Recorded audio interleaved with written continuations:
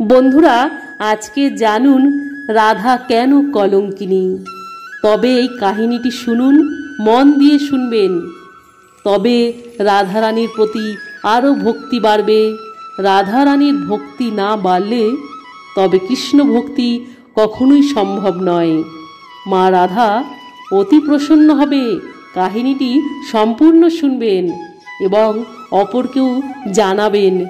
একবার জটিলা রাধারানীকে বলেছিল যে আপনি কলঙ্কিনী, কারণ বিবাহিত হয়েও বনে শ্রীকৃষ্ণের সাথে দেখা করতে যান। এমনকি পুরো গ্রামও কেবল এটিই বলেছিল।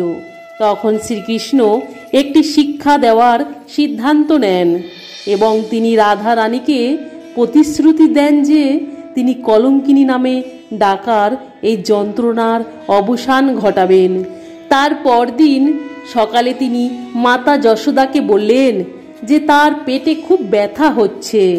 নন্দবাবা অনেক বেদজিকে ডেকেছিলেন, কিন্তু কেউ তাকে স্বস্তি দিতে পারেননি। তারপর আরেকজন বেদজিকে খুঁজতে গিয়ে একজন সাধুকে দেখতে পেলেন, যে খুব তেজস্বী দেখতে। প্রকৃতপক্ষে তিনি শ্রীকৃষ্ণ ছাড়া আর কেউ ছিলেন না, কারণ তিনি যে কোনো স্থানে যে কোনো রূপ নিয়ে থাকতে পারেন। সেই সাধু, যিনি আসলে শ্রীকৃষ্ণ ছিলেন, তিনি বলেছিলেন যে এই পুরো গ্রামে কেবল একজন মহিলা আছে যিনি সবচেয়ে বেশি পতিব্রতা। শুধুমাত্র তার তৈরি ওষুধেই উপশম দিতে পারে শ্রীকৃষ্ণের কাছে। কে সবচেয়ে বেশি পতিব্রতা মহিলা তা পরীক্ষা করার জন্য তারা বৃন্দাবন থেকে সমস্ত মহিলাকে ডেকেছিলেন। নন্দবাবা বলেছেন, কেবল যে মহিলা যমুনার জল পাত্রে পূর্ণ করে আনতে সক্ষম হবেন সেই বেশি পতিব্রতা মহিলা।